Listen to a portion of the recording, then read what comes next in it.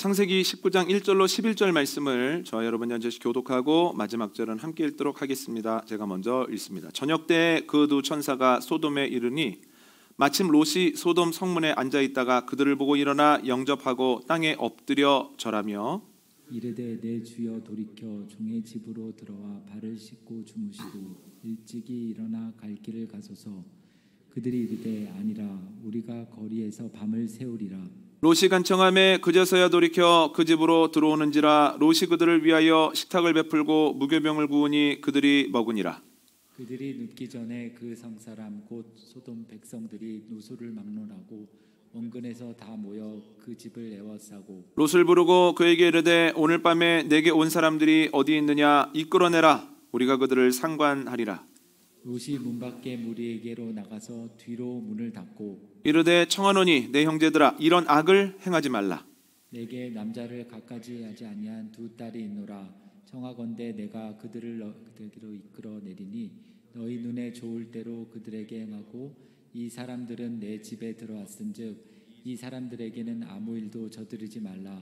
그들이 이르되 너는 물러나라. 또 이르되 이자가 들어와서 거류하면서 우리의 법관이 되려 하는도다. 이제 우리가 그들보다 너를 더 헤아리라 하고 롯을 밀치며 가까이 가서 그 문을 부수려고 하는지라. 그 사람들이 손을 내밀어 롯을 집으로 끌어들이고 문을 닫고 함께 하겠습니다. 문 밖에 무리를 대소를 막론하고 그 눈을 어둡게 하니 그들이 문을 찾느라고 헤매었더라. 아멘. 오늘 본문에는 아브라함의 집에서 나온 천사들이 소돔에 도착했을 때 일어난 사건들을 기록하고 있습니다. 그런데 오늘 본문을 생각해 보면서 먼저 주목해 보아야 하는 내용이 하나가 있습니다.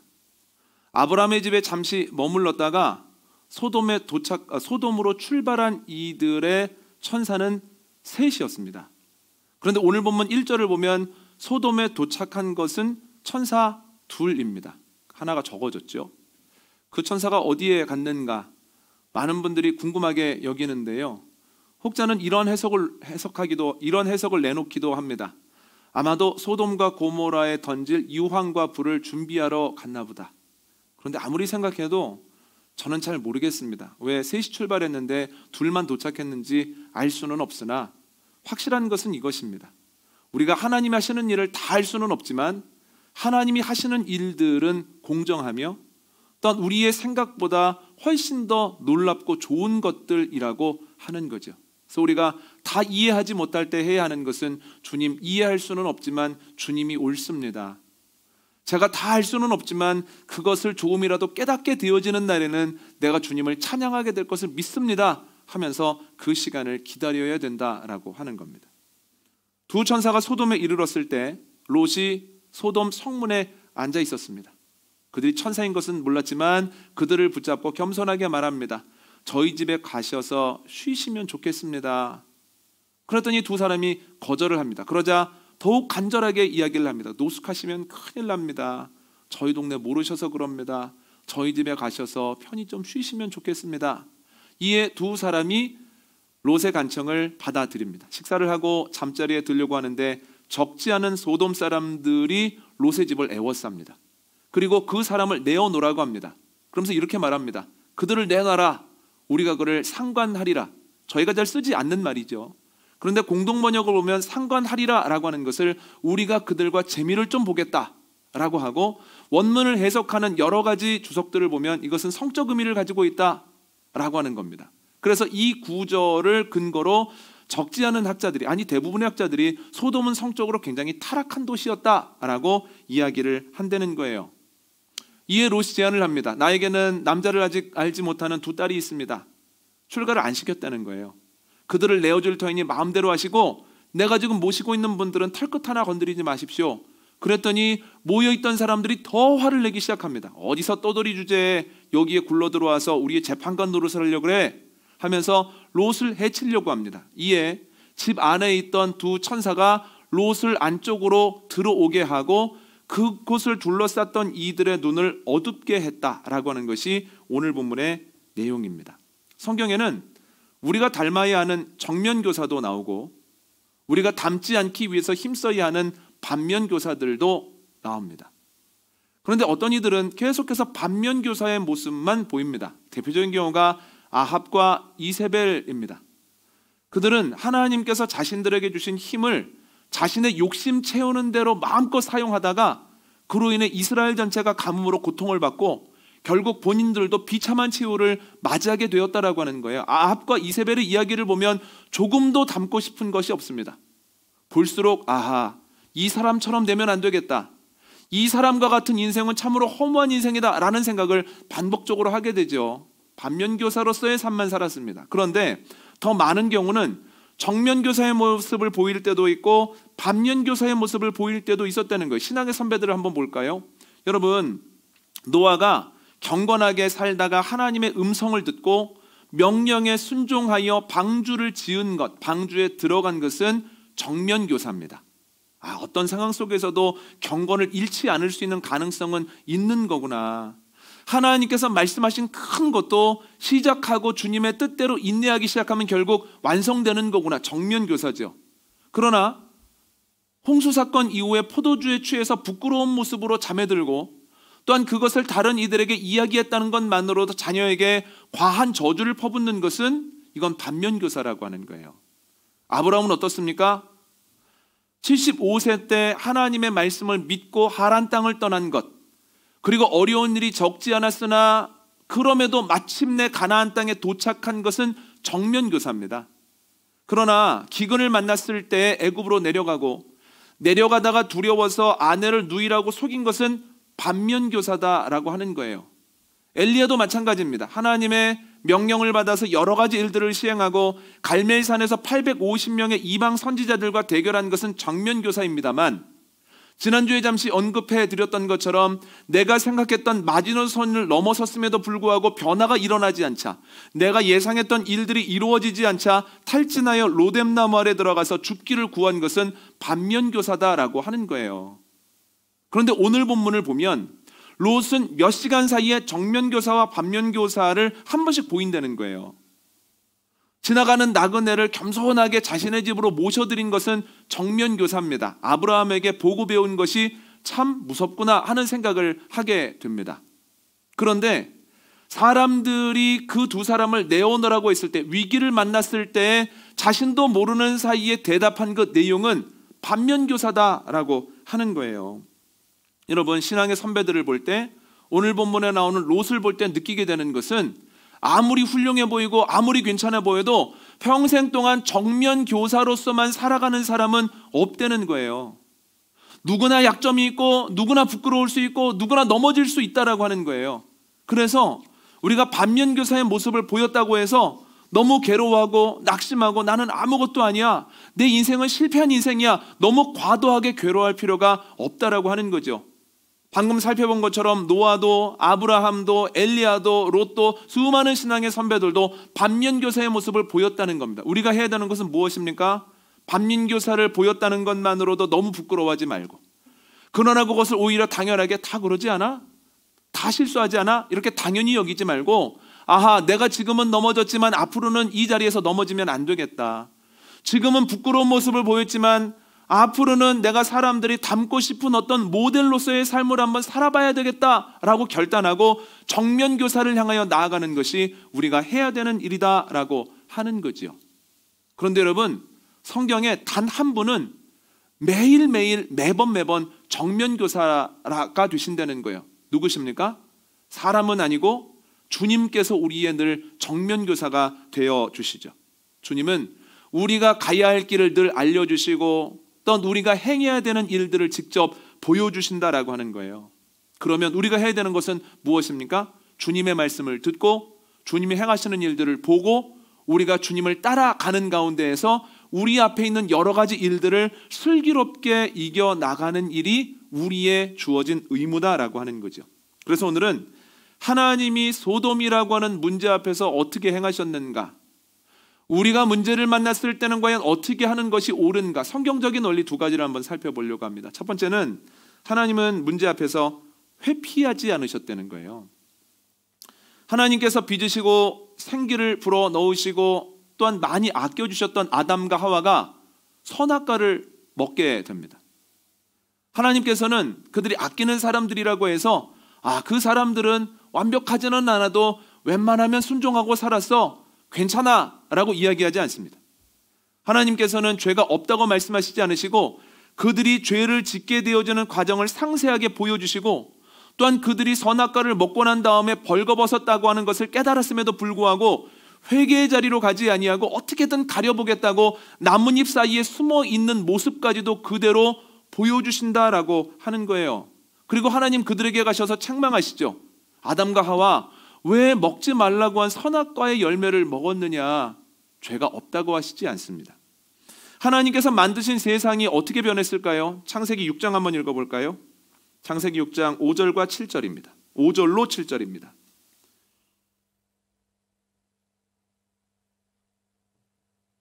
창세기 6장 5절로 7절 말씀을 함께 읽습니다. 시작.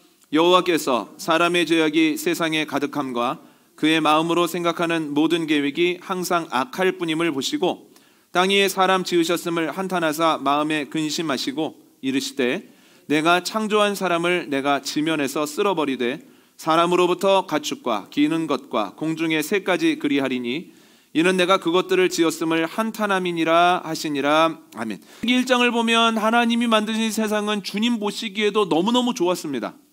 그런데 시간이 가면서 계속해서 변형이 일어나고 거기에 죄가 가득하게 됩니다. 이에 대해서 하나님은 모르쇠 하시지 않습니다. 그래 처음과는 좀 달라진 것 같아도 이 정도도 괜찮아, 이 정도도 보기에 좋아 라고 하시지 않는다라고 하는 거예요. 방금 읽은 것처럼 하나님께서는 죄악된 세상을 보시고 근심하시고 또한 한탄하시기까지 한다라고 하는 거죠. 하나님께서 택하시고 출애굽시키시고 지금 여기까지 오는 동안 수많은 은혜를 베푸신 이스라엘 사람들이 황금을 모아서 송아지 모양을 만들고 우상 숭배를 시작합니다. 그런데 하나님께서는 이거 별 문제 아니야. 이거 애굽에서 나온 지 얼마 안 돼서 그래. 그들이 시간이 지나면 점점 좋아질 거야 라고 말하지 않는다는 거예요. 출애굽기 33장 3절을 보면 하나님이 그들의 모습을 보시고 마음 아파하시면서 이들을 용서해야 되나 진멸해야 되나 고민하시기 시작하셨다라고 하는 거예요. 여러분, 소돔도 마찬가지입니다. 소돔은 하나님이 아브라함을 통해서 구해 주신 사람입니다.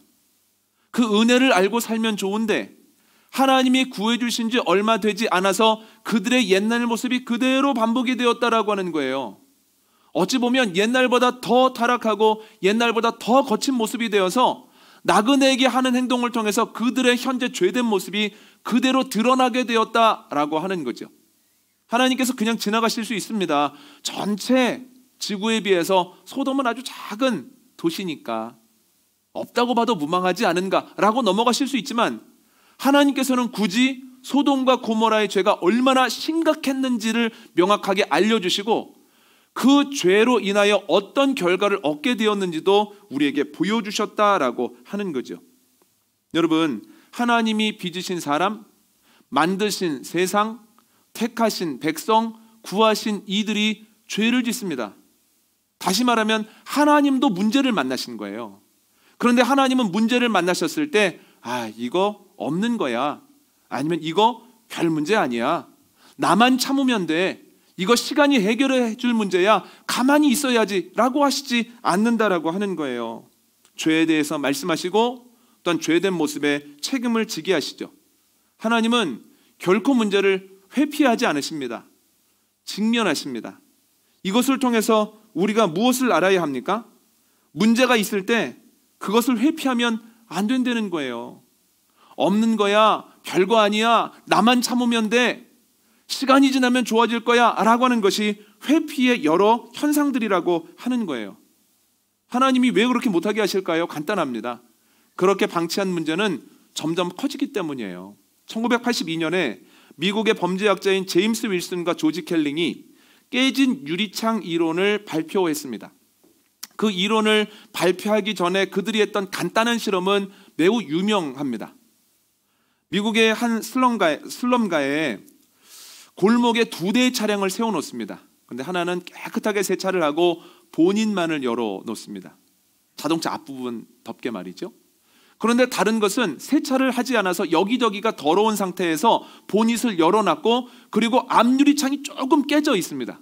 두 차를 멀지 않은 곳에 세워놨는데 일주일 뒤에 보니 결과가 완전히 다르다는 거예요. 깨끗하게 세차해서 보닛을 열어놓은 차량에는 아무런 어려움이 없었습니다. 그대로 있는 거예요.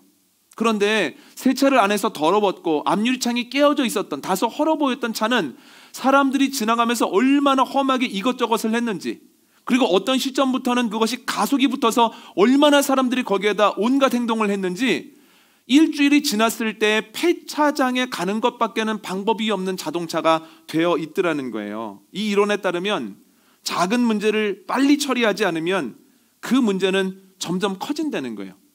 반대로 말하면 문제가 커지기 전에 작은 문제만이라도 먼저 해결하면 그 문제의 크기라든지 그 문제의 숫자라든지 그 문제의 빈도는 현격하게 줄어든다라고 하는 것이 82년에 범죄학자들이 발표한 깨진 유리창 이론입니다.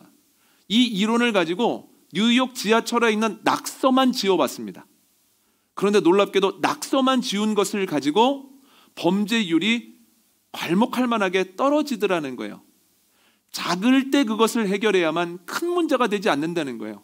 문제가 클 때도 그 문제를 해결하기보다는 이 문제를 가져오게 했던 작은 문제가 무엇인지를 먼저 살피고 그것들 먼저 해결하려고 하는 노력들 끝에 결국은 큰 문제도 잡혀가기 시작하더라라고 하는 것이 제임스 윌슨과 조지 켈링의 이론입니다. 그런데 이 이론을 바탕으로 마이클 레빈이 깨진 유리창의 법칙이라고 하는 책을 냈습니다.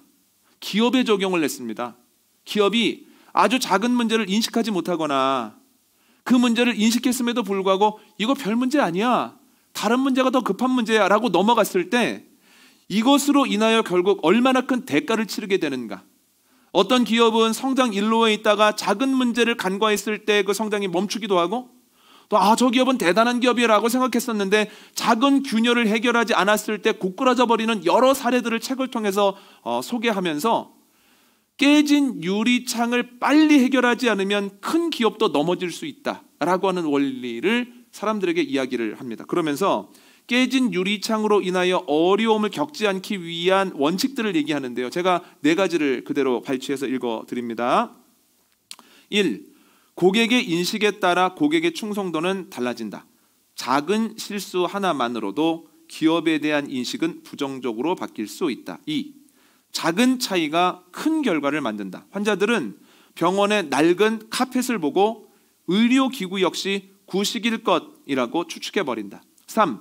깨진 유리창을 없애는 최선의 방법은 깨지지 않도록 예방하는 것이다. 4. 깨진 유리창에 대해 부인하거나 변명하지 마라. 문제를 인정하고 문제와 부딪혀라. 그리고 극복하라. 몇몇 단어들을 문제라고 하는 단어로 바꿔봤습니다. 다시 읽어드립니다. 1. 작은 문제 하나만으로도 전체가 부정적으로 변할 수 있다. 2. 작은 문제가 큰 결과를 만든다. 3.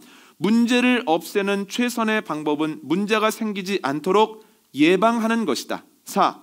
그러나 발생한 문제에 대해 부인하거나 변명하지 마라. 문제를 인정하고 문제와 부딪혀라. 그리고 극복하라. 여러분, 주님은 아주 오래전부터 성경을 통해서 우리에게 반복적으로 깨진 유리창의 원칙을 알려주시고 또한 빨리 극복해야 된다고 우리에게 명령하셨습니다. 주님께서 뭐라고 말씀하셨습니까? 작은 누룩이 전체에 영향을 준다고 하지 않았습니까? 작은 누룩이 전체에 영향을 주듯이 작아 보이는 죄가 그 사람을 넘어뜨리고 작은 죄인을 통해서, 몇몇의 죄인을 통해서 공동체가 더 이상 앞으로 나아갈 수 없다라고 하는 것을 주님이 반복적으로 보여주셨다는 거예요. 여호수아 7장의 아간 얘기 기억나십니까? 60만 명 중에 한 명입니다. 그 사람이 전쟁의 승리, 여리고성에서의 전쟁에서의 기쁨에 취해서 자신이 욕심냈던 것을 자신의 천막 밑에 땅을 파고 숨겨놨습니다. 그러면 60만 명 중에 한 명인데 없다고 볼 수 있지. 전리품에 비하면 숨긴 것 아무것도 아니지. 그리고 시간이 지나면 그 사람의 도덕성이 발현해서 그것을 가지고 오겠지. 시간 지나면 될 문제야. 없다고 생각하면 해결될 문제야 라고 지나가실 수 있었는데, 하나님께서는 분명히 아간 한 사람의 죄를 직면하게 하시고 그 죄가 해결된 뒤에야 아이성을 넘어설 수 있도록 하셨다라고 하는 거예요. 이걸 통해서 뭘 보여주십니까? 문제가 작을 때 해결하라는 거예요. 문제가 작을 때 피하고 아무 문제 아니라고 시간이 가면 해결될 거라고 하다 보면 결국 그 작은 것이 큰 영향을 미치게 된다는 거예요. 깨진 유리창을 빨리 해결하라고 하는 거죠. 여러분, 우리를 어렵게 하는 문제도 있고 또한 우리를 불편하게 하는 사람들도 있습니다. 그때 저를 비롯한 우리의 모습을 보면 회피하려는 경향을 보일 때가 있습니다. 아이, 괜찮아. 다 그래. 우리 집만 그런 게 아니라 저 집도 그렇고 저 집도 그런 것 같아. 그리고 부부 사이의 대화가 늘 원활할 수 있나? 그냥 정으로 사는 거지. 다 그래. 이렇게 할 수가 있고, 이 문제 별거 아니야. 나만 참으면 괜찮아져. 나만 참으면 그 사람이 시간이 가면서 어떤 변화를 보일까 하면서 내가 참는 것을 결론으로 내거나 혹은 시간이 약이라고 하는 결론을 가지고 회피하려는 성향을 보인다는 거예요. 그런데 여러분, 이것은 성경적인 방법이 아니라는 거예요. 효과적인 방법도 아니라고 하는 거죠. 하나님께서 알려주시고 보여주신 것은 문제를 만났을 때, 우리에게 깨진 유리창이 생겼을 때 그것을 회피하지 말고 직면해야 된다라고 하는 거예요. 여러분, 오늘은 설날입니다. 명절이죠. 그런데 여러분, 명절이 모든 사람에게 즐거운 시간은 아닙니다. 그 증거는 명절 한 달 전쯤부터는 상담실에 예약 전화가 계속 걸려오기 시작하고, 또 명절 지나고 한 달, 두 달 정도는 정신과가 문전성시를 이루는 것을 보면 지금 명절은 모두에게 즐거운 시간이 아닐 뿐 아니라 오히려 그것 때문에 근심하고 마음 무거워하고 고민하는 이들이 많은 시간이다라고 하는 거예요. 심지어 이렇게 회피하는 사람도 있습니다. 내가 당신하고 결혼했지 당신 가족하고 결혼을 했어. 그러면 당신은 당신 가족 챙기고 나는 내 가족 챙기고, 당신은 당신 가족한테 가고 나는 내 가족한테 갔다 오면 이게 얼마나 깔끔하고 좋아 라고 하면서 회피하는 사람들도 있다는 거예요. 그런데 기억하십시오. 주님께서는 회피하지 말라고 직면하라고 분명히 말씀하셨다는 거예요. 여러분, 주님께서는 교회에서 빛과 소금이 되라고 말씀하시지 않습니다. 교회에서 빛과 소금이 되는 것은 주님이 당연하게 생각하시는 겁니다. 주님께서는 어디에서 빛과 소금이 되라고 하셨습니까? 세상의 소금과 빛이 되라고 하셨죠. 어두운 곳에 가서 빛의 역할을 감당하고 썩어져가는 곳에 가서 재미가 너무너무 없는, 맛이 없는 곳에 가서 소금의 역할을 감당하라고 하셨죠.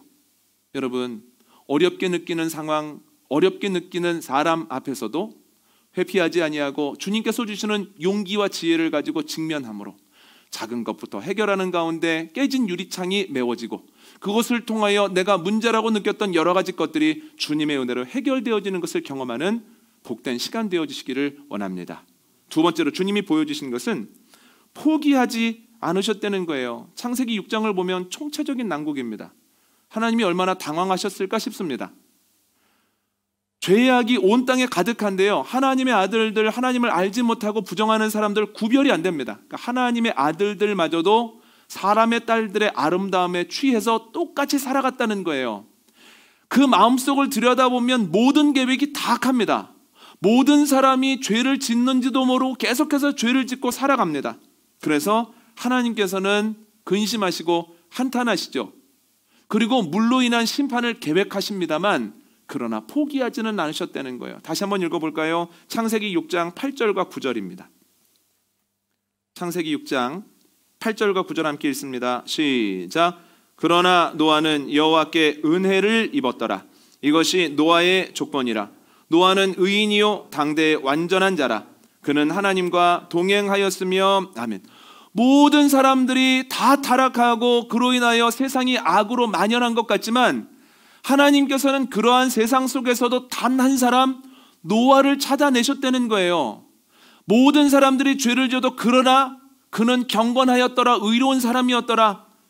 여러분, 하나님이 그렇게 인정할 만큼 경건하고 의로운 사람이 어디 있겠습니까마는 그래도 그 사람만은 주님 바라보려고 노력하고 저건 아니잖아, 저렇게 해서는 안 되잖아 하는 순간을 매번 가지고 씨름했다는 것을 통해서도 주님께서 그를 경건하게 여겨주시고 의롭게 여겨주셨다라고 하는 거예요. 그래서 어떻게 하십니까? 하나님께서는 그를 방주를 통해서 구원하시고 방주를 오래 만들게 하심으로써 그 시간 동안에 사람들이 돌아올 수 있는 기회를 주셨다는 거예요. 주님께서는 그 세상 포기하지 않으셨죠. 그래서 지금까지도 세상을 이어오고 계신 것 아닙니까? 여러분, 소돔도 마찬가지입니다. 여러분, 사람들이 타락해 있습니다. 그 사실을 아브라함도 압니다. 왜냐하면 아브라함이 하나님께서 50명만 의인이 있어도 그 땅을 구원할 거야 라고 말씀하셨을 때 자신이 있습니까? 없습니까? 자신이 없는 거예요.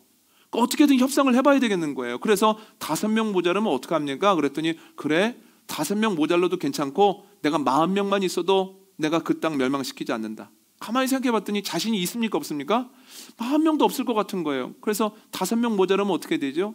30명만 있어도 된다는 거예요. 30명도 없을 것 같아요. 그래서 계속 내려가다 보니 하나님께서 그래, 10명의 의인만 있어도 그들 봐서 내가 멸망시키지 않는다, 이렇게 말씀해 주시지 않습니까?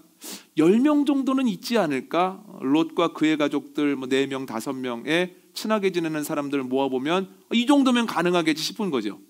그렇게 생각하는 것 자체가 큰 도시였던 소돔이 얼마나 타락했기에 그런 생각들을 하고 있었겠습니까? 그래도 10명이라는 숫자는 만족스러운 거예요. 그런데 참 놀랍습니다. 찾아보니 한 명도 없습니다. 개중 나온 것이 롯입니다. 하나님 어떻게 하십니까? 10명만 있어도 구원해 주겠다, 이거는 하신 말씀이지만 하나님은 그래도 조금 낫다고 여겨지는 롯도 버리지 않으셨다는 거예요. 롯 한 사람이라도 구하시고 롯의 이야기를 듣고 함께 뛰는 그의 아내와 그의 딸들도 구원해 주시고, 또한 그 딸들과 결혼할 예정이었던 예비 사이들에게도 하나님의 계획을 이야기해 주게 하셨다는 거예요.